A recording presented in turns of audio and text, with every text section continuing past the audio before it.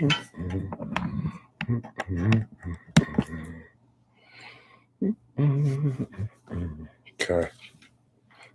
This is crazy. So, like 20 years ago, well, no, let's call it 10 years ago, I used to do let's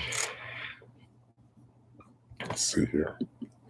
I'm getting this all set up because I'm going to attempt to record a podcast episode and it's a podcast episode and a YouTube video. And this is not doing what I want it to do. Okay, now it is. Okay. All right. Let's see. Look at my phone and make sure my camera is good. What's up? What's up? This is Dominique Beaumonte, and you are listening and or watching Season with Salt, the podcast. This is episode 101. And back in the day, I used to have a blog, and a part of that blog, I had an Ask Domo section where I would entertain questions that people would send to me. So I decided that it would be cool to reboot that. So I have been securing questions from people, and I got some good questions today that I think you will enjoy. Let me just first say that I'm grateful to everybody who has listened to my podcast over the years. 100 episodes. Did not think that I would have 100 episodes when I initially started doing this podcast. In fact, sometimes when you get a really good idea and you start doing something, you actually don't know how long it'll last at all. So grateful to the folks who have consistently listened. I think it was like last week, I was in Indianapolis for my fraternity's general convention, and some of the brothers came up and said, hey, I've been listening to your podcast. So I think that that's really cool. And I'm grateful for that. So let's get right into it. So we have 3 Ask Domo questions today. I was trying to think of a different name other than Ask Domo, but I've been rocking with it for so many years that I was like, I should just keep going. I used to really not like being called Domo, but whatever. Okay, y'all, check this out. Here's question number 1. Let me read it. Okay. A former friend asked me to be her godson's godmother. I was agreeable, but then the two of us lost touch. We recently reconnected on Facebook, and she inboxed me about her son's 2nd birthday. After I agreed to attend, she started including me in party planning with tasks as though we had never disconnected. How do I tell her that I don't feel comfortable being connected to her kid as the godmom? Signed, MIA Godmama. Wow.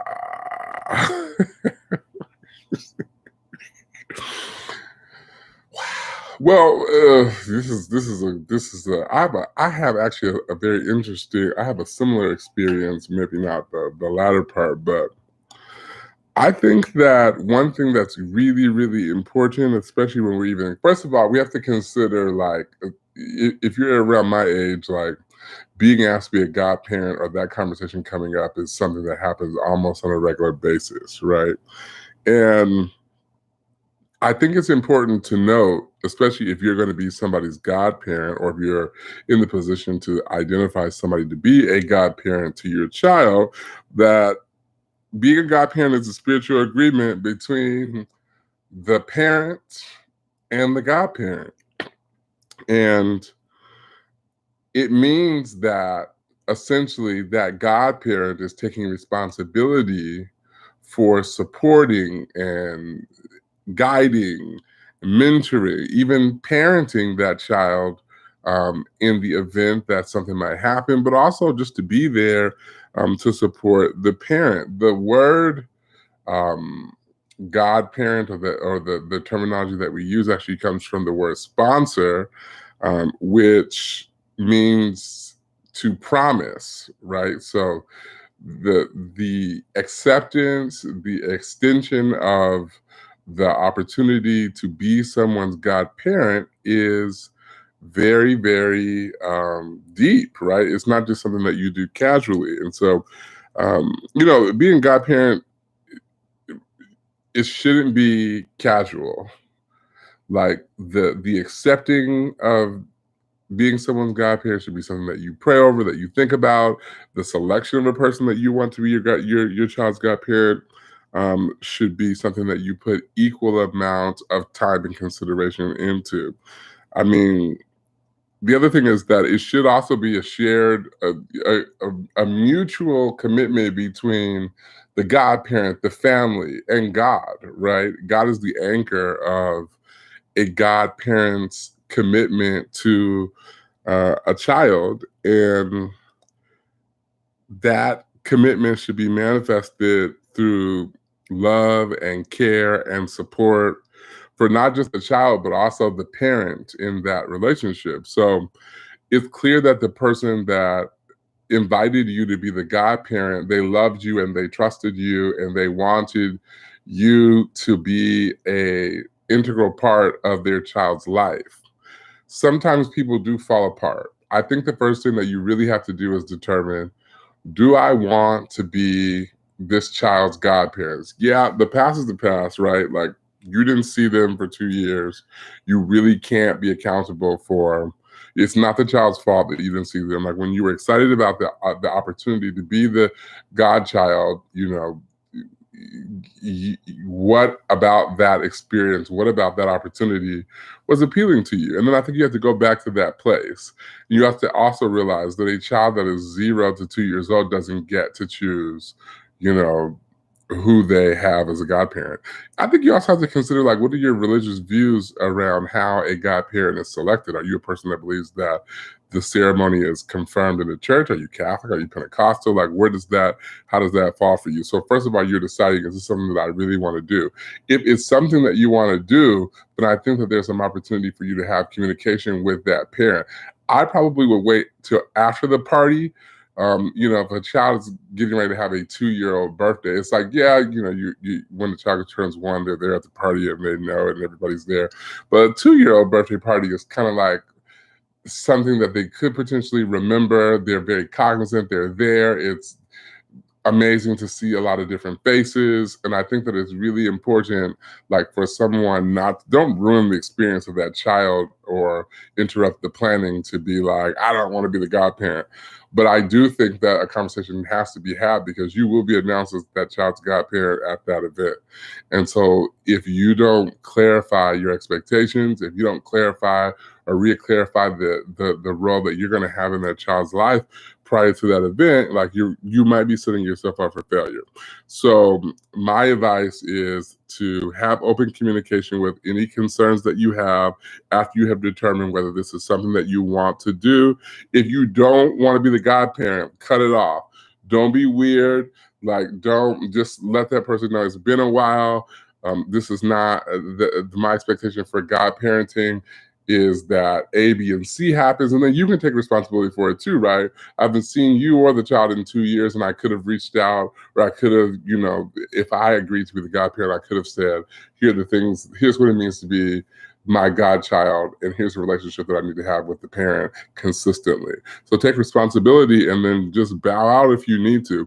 You can bow out of being the godparent without like being like, and I'm also not coming to the party. Like, just go to the party, whatever. Yeah, so I think that's what I would do. That's what I would do. People have asked me in my life to be their children's godparents, and then I've not heard from them again. And I'm fine with that. Just don't pop up like later on in life when they need like a college fund or something like that. I am sort of like, because of my spirituality, I am sort of waiting for like the formal process where somebody contacts you when they're like expecting a child and says, "I want you to be my child's godparent, and let's have a ceremony at the church, and here's the time that you're going to be babysitting and hanging out with the child." Like, I think all of us sort of want that formal experience, and so I think it's important for parents to plan for that experience in the way that you plan, maybe not in the way that you plan for regular parenting because that's complex, but at least like have a strategy of some sort. So, about how you will invest, how you'll, you know, engage God parenting, right? Okay. Question number 2. All right. Here's question number 2. I recently resigned from a community leadership position. The person who succeeded me has been openly critical of some of my efforts. However, they continue to use me privately as a resource and a sounding board. I'm inclined to disengage with her, but I also feel the need to say something. How should I approach the negativity being spewed by this woman? Signed, immediate past target. I think that's cute. Immediate past target. Okay. First of all, been there, been there, been there. So definitely know what you are going through. I mean, from my perspective, if you're still actively engaged in the organization, I would definitely say something. I would say something. I think that sometimes a new leader, they hear the criticism from previous administrations or leadership groups or supervisors or whatever. And a lot of times, what they have to communicate is areas where they're going to make changes or they're going to do things differently. And that person might not know, like, how decisions were made or who made the decisions. I think it is, if you're still actively engaged, I think it's your responsibility to say, I don't want to be the type of person that like tries to correct you or tries to defend every decision that I made as a leader. But I want you to take into consideration that, like, when people are criticizing these ideas, they're criticizing things that not just myself, but people who are working with me, people who were a part of the organization helped to build at the time when I was in leadership.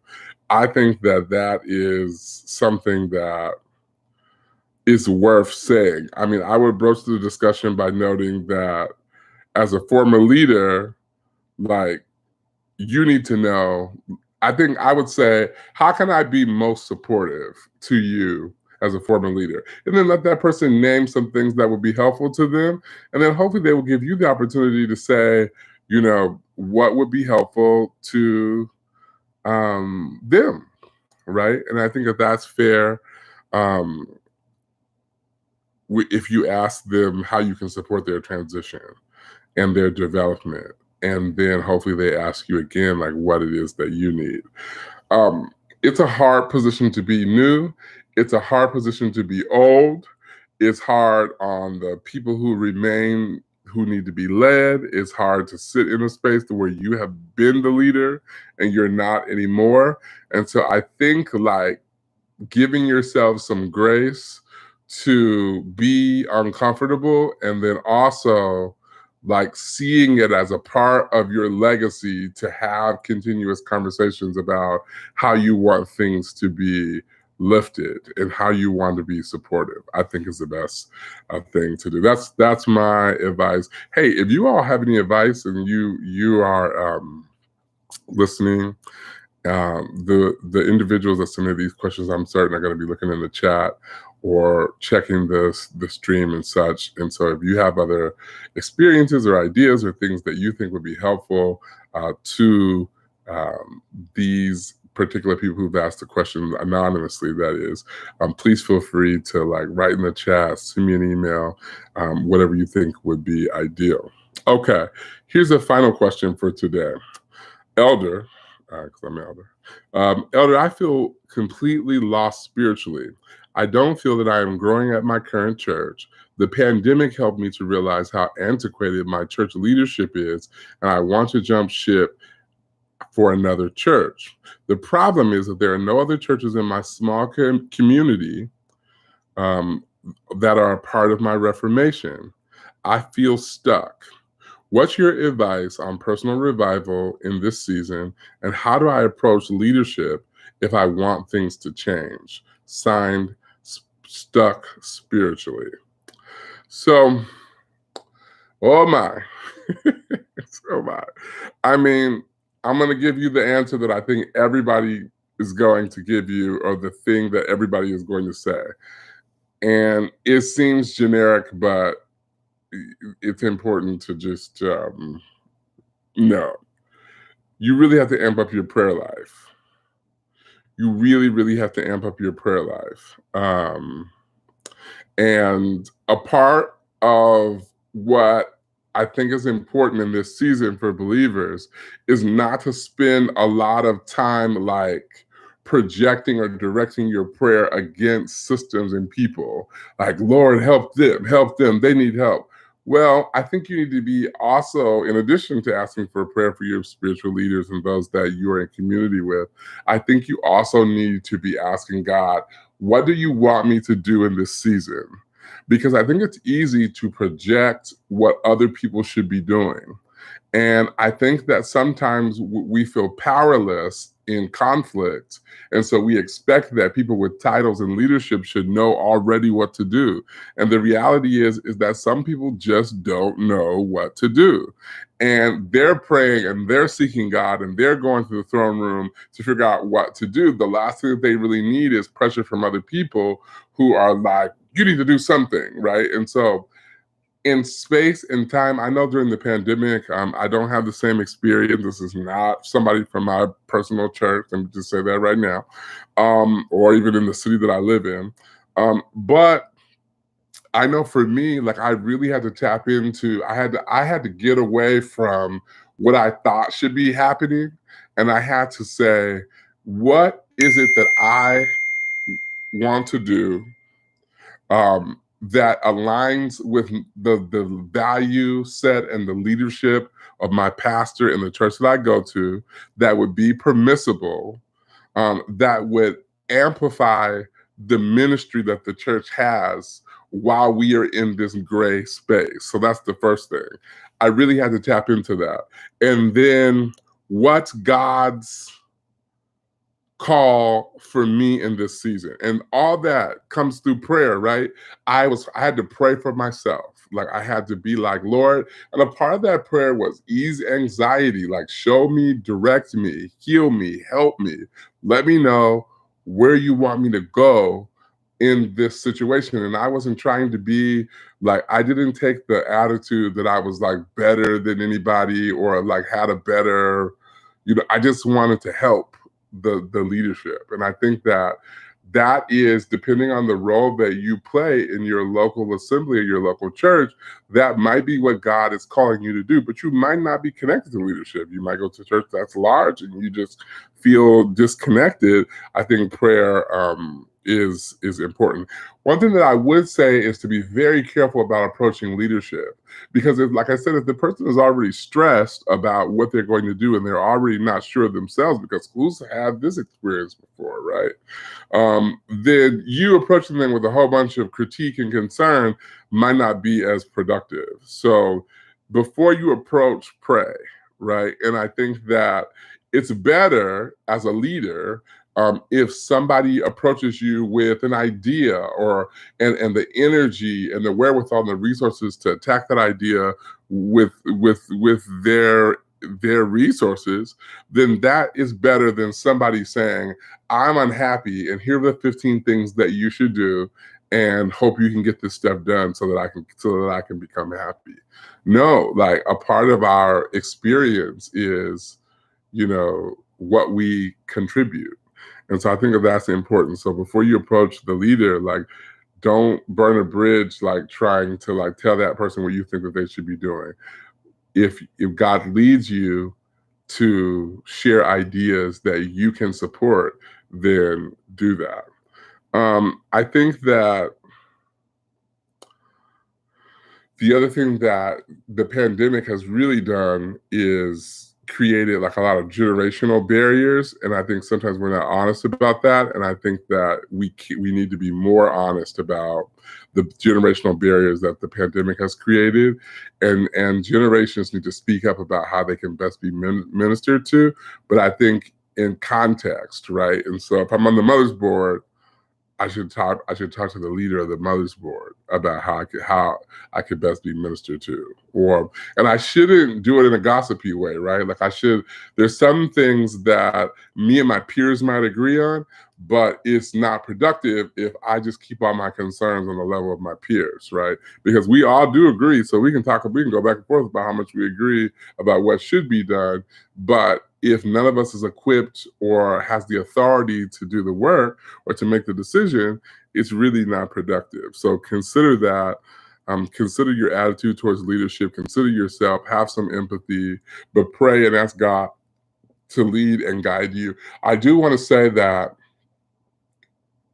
give yourself some grace around being stuck, right?